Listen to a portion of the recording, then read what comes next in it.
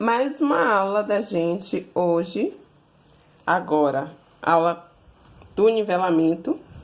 Essa é a nossa segunda sequência didática, campo artístico literário, gêneros poéticos.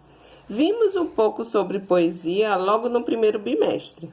Como não começamos o primeiro bimestre com nivelamento, nunca é tarde para se retornar a um assunto que eu gosto demais. Eu espero que vocês também.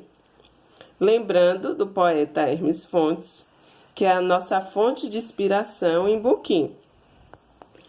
Ao trabalharmos com gêneros poéticos, trabalharemos videopoema, cordel, poema processo e slam.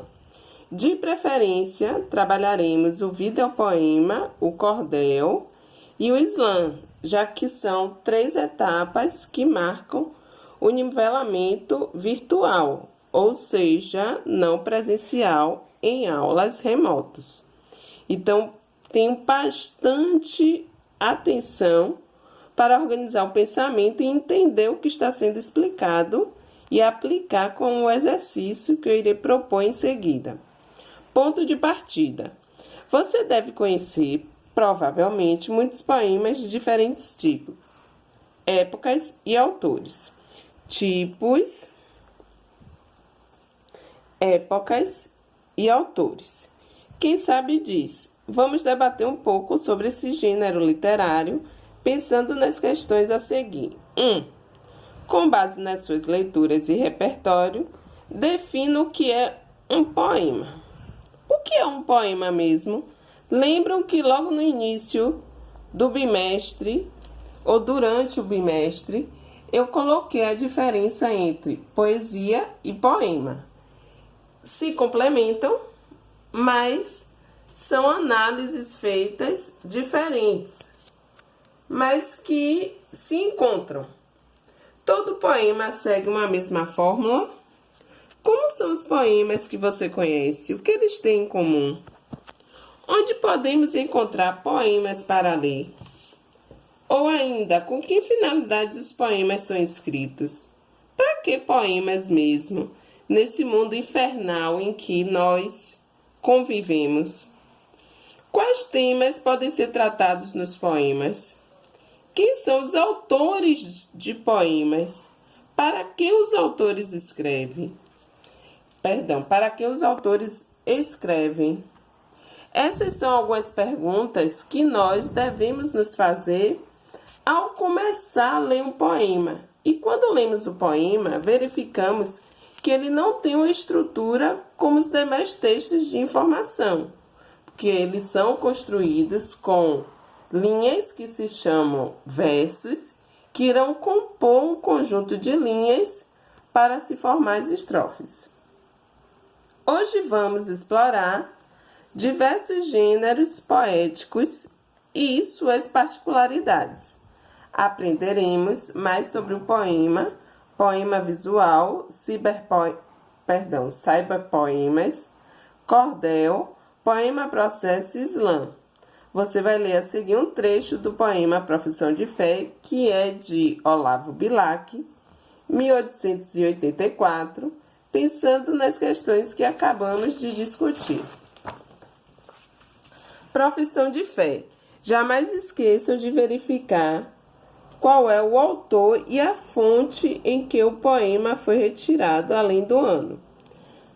Verifiquem que a composição poética é feita, como eu disse, cada linha representa um verso e o espaço que ocorre entre um verso e outro irá compor a próxima estrofe, que é um conjunto desses versos.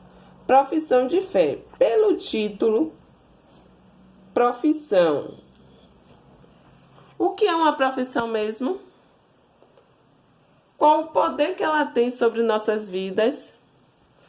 Então, a gente faz dessa profissão uma identidade nossa, que vai estar marcada pela fé, pela proposta que a gente tem quando nos apossamos de uma função para que a gente se identifique nela. Tosse, aprimora, alteia, lima a frase e, enfim, no verso de outro engasta a rima, como um rubi.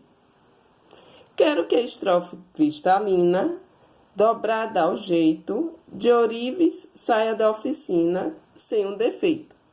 Assim procedo, minha pena segue esta norma. Por te servir, deusa serena, serena forma. Bem, aqui fala da construção, da elaboração do ser poema. Só que para ser, ou para identificar ou ainda compor a poesia, é necessário que você se faça um grande poeta ou uma grande poetisa, para que por meio dessas estrofes, por meio desses versos, você se veja enquanto poetisa ou poeta.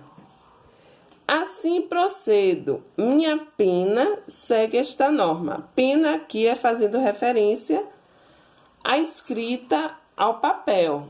Claro que em tempos remotos não tínhamos lápis, nem muito menos caneta. E sim apenas a pena, lá pelo século XVI, XVII, para pincelar e escrever. Tosse, aprimora, alteia, lima.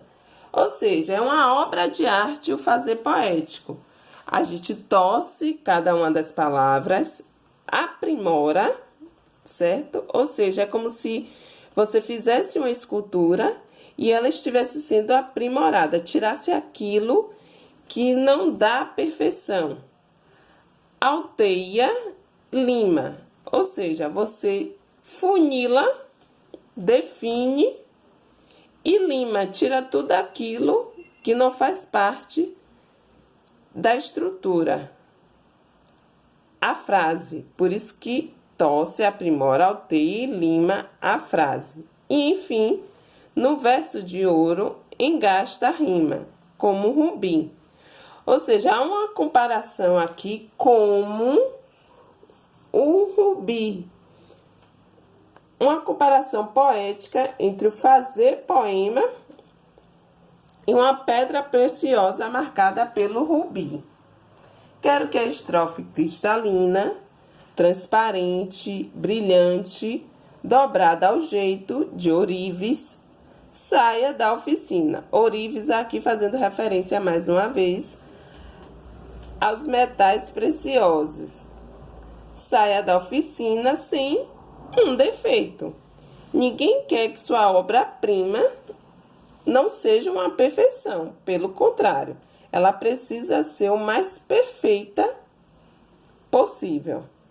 Assim procedo. Assim o eu lírico, poético, procedo com a minha pena, seguindo as normas que me cabem ou que cabem ao poema.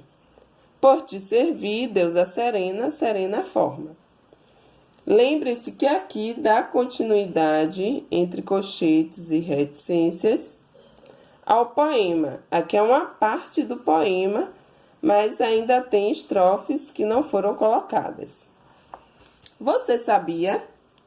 As palavras poema e poesia têm origem no verbo grego poien, que significa fazer, criar, compor. A diferença entre poema e poesia pode ser vista assim. Todo poema contém poesia, mas nem tudo que tem poesia é poema.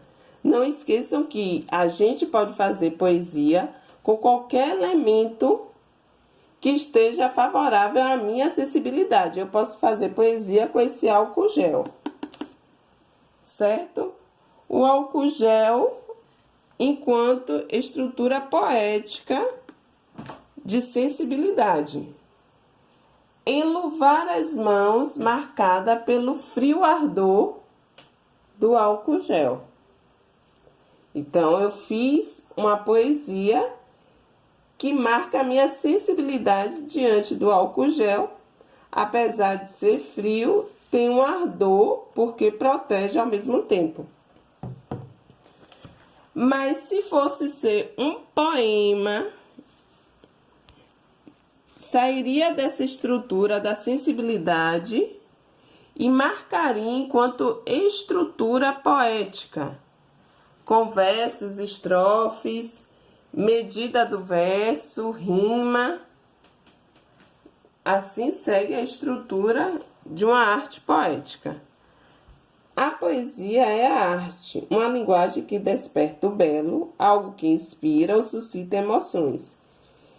E pode não só estar presente em um poema, como também em um quadro, escultura, um espetáculo de dança ou teatro, uma fotografia e até mesmo o pôr do sol. O poema, por sua vez, é um texto que emprega a linguagem poética através dos versos. Certo, queridos? Agora temos a nossa atividade 1, que vocês farão a partir do título do poema Pobre Alimária, de Oswald de Andrade, 1925. O que você espera encontrar nesse poema? Então, na página 5 do nivelamento, vocês irão ler Pobre Alimária e farão as questões de 1 a 6, certo? Logo ao lado tem um vocabulário. Caso vocês tenham que fazer alusão, comparação em relação ao significado das palavras, vocês terão que pegar o dicionário virtual ou mesmo o tradicional que vocês já conhecem. Obrigada, ficamos aqui com o nosso nivelamento. Fiquem com Deus e até a nossa próxima aula. Tchau, tchau.